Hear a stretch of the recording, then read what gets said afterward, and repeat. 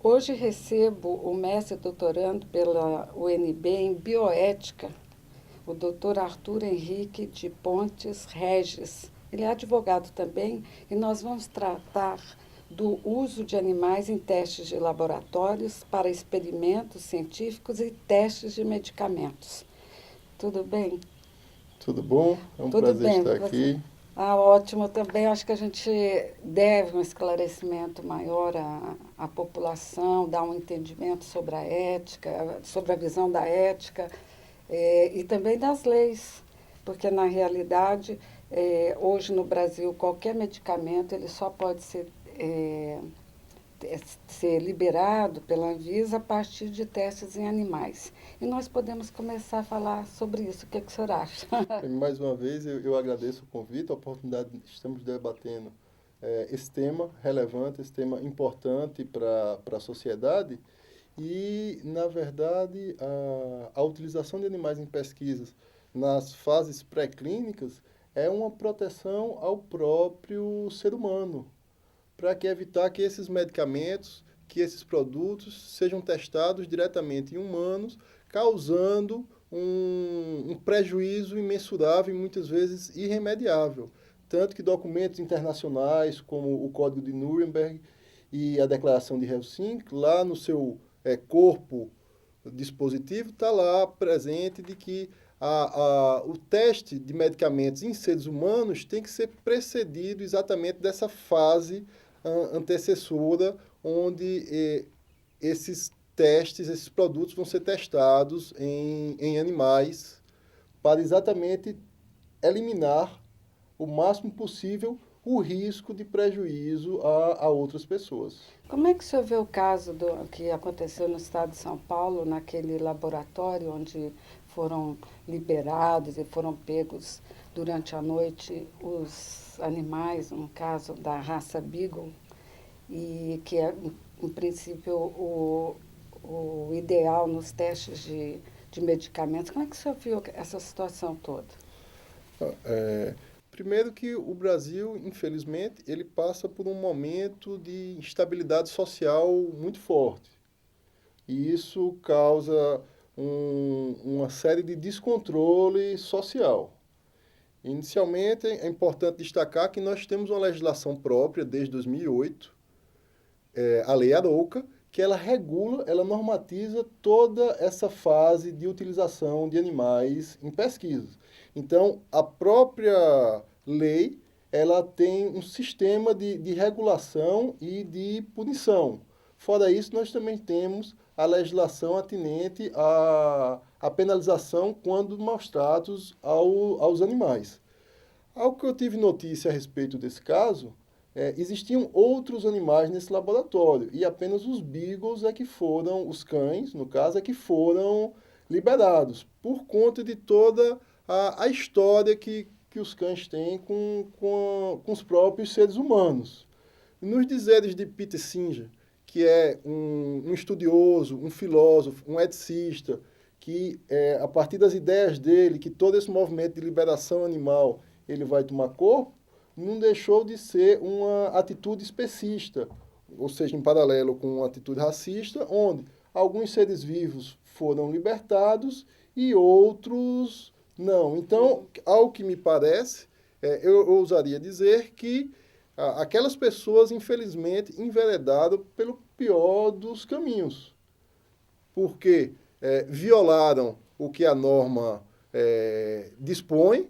A própria norma prevê um sistema de controle. Nós temos um sistema de controle ético para a utilização de animais, que é o CONSER, o Conselho Nacional, e nós temos nas instituições as comissões de ética para a utilização de animais. Fazendo um paralelo, um sistema quase espelhado com o sistema CEP-CONEP de utilização de pesquisas, de utilização de pesquisas em seres humanos. Então, eu vejo não com bons olhos aquela prática. Uma prática que poderia ter sido feita era ter sido as autoridades alertadas, que os órgãos competentes tomassem as medidas de investigação e de averiguação, averiguando o que estava ocorrendo ali, se estava em desacordo com a lei, que as punições fossem aplicadas, os rigores da lei. Até para esse tipo de ato, de penalizar, caso, admitindo que tivesse acontecendo alguma violação à lei, até para averiguar, para levantamento de provas, houve um prejuízo Que não porque tem foi como, tudo né? destruído. E outra coisa, assim, doutor, no caso de alguns animais que foram abandonados e talvez tenham sido inoculados com algum tipo de teste, também nesse caso a população não está em risco? Sim, dependendo do que tipo de teste que foi feito naqueles animais, vamos supor que pode ter sido inoculada ali uma bactéria, um vírus, para tentar verificar a eficiência ou a eficácia de determinado medicamento. Uhum, pois é, que ainda estava em teste, Corre-se o ninguém risco, sabe o sim, resultado. corre-se o risco de, ou seja, você, numa atitude, mais uma vez, na minha opinião, que não foi das melhores, você apenas libertou à margem da lei um tipo de animal, que foram os cães, foram os beagles, e colocou em risco toda uma população. E aí eu não falo não só da população de seres humanos, mas da própria população Animal, do né? animal, os próprios cães, porque alguns foram soltos, você não vai conseguir restaurar ou localizar todos os animais. E mesmo aqueles que levaram para casa que estão agora com esses animais, ou eles já foram apreendidos, eu não tenho essa informação, porque, de repente, é assim, a mídia brasileira ela coloca aquele estardalhaço, depois esquece o assunto, de dar o retorno, de dar uma maior profundidade ao assunto. Eu acredito que é o momento da gente realmente discutir onde é que estão esses animais. O senhor lembra o lance da vaca louca, que de Sim. repente aqui no Brasil ninguém sabia onde estavam aquelas 5.000 matrizes, que elas não estavam cadastradas, elas ninguém sabia onde elas estavam, e que de repente poderia comprometer todo o gado brasileiro. Então, são essa falta de cuidado que realmente a gente tem que debater, tem que conversar a respeito e saber onde é que estão esses cães, que tipo de tratamento ou que tipo de inoculação foi feito neles e o que está acontecendo com relação à saúde da população em geral, dos animais, como é que fica isso? Dentro do direito, como é que o senhor acha que essas pessoas devem responder por esse ato?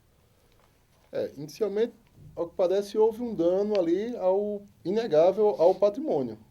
Tanto é que eles fecharam, né? Tanto é que eles fecharam.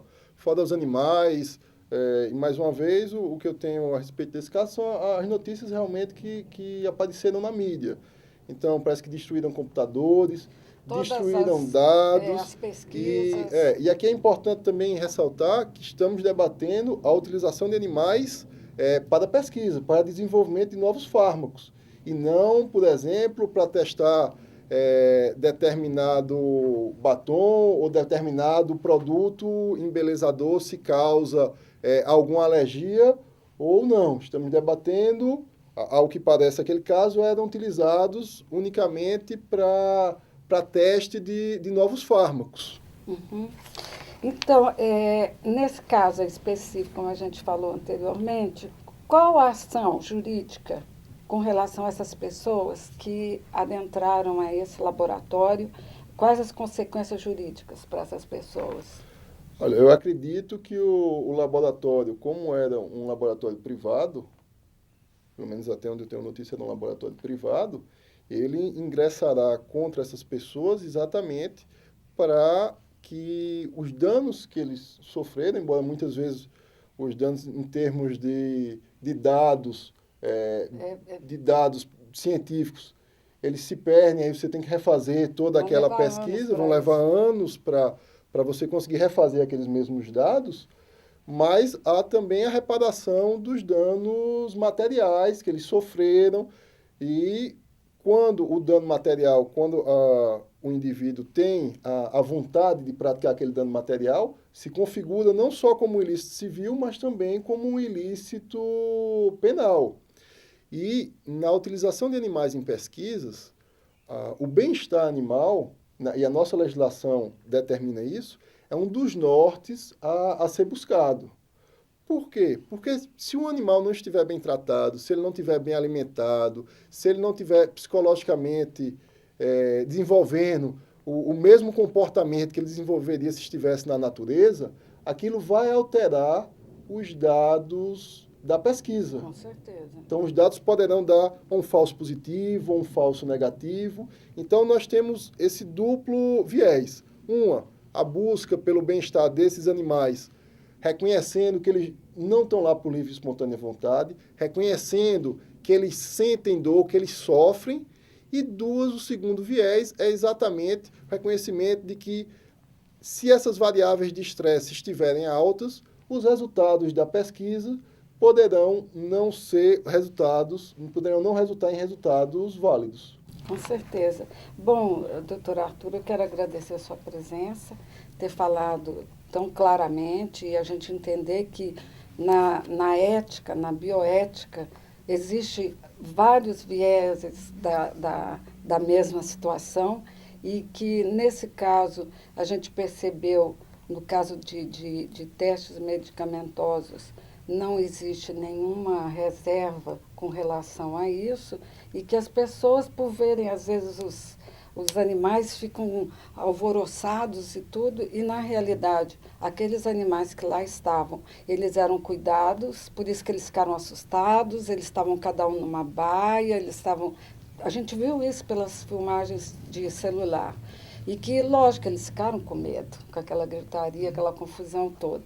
Mas eu acho que é um bom esclarecimento a gente saber que não havia, pelo menos em princípio, o ilícito. Houve o ilícito a partir daí, quando liberam os animais de qualquer forma e a gente não sabe no que vai dar. Eu que agradeço o convite e só para lançar uma provocação, uma reflexão final, Ótimo. Vamos imaginar o seguinte, um daqueles animais teve inoculado um vírus ou uma bactéria e estava sendo testado determinado medicamento. E aí eu interrompo aquele tratamento daquele animal, não sei qual era o vírus ou a bactéria que estava inoculado nele. E tiro aquele animal dos testes de receber, em tese, a cura. Uhum. Eu fiz um bem ou fiz um mal para aquele animal? É com essa reflexão final, com essa discussão, com essa pedra no sapato, que eu agradeço mais uma vez o convite.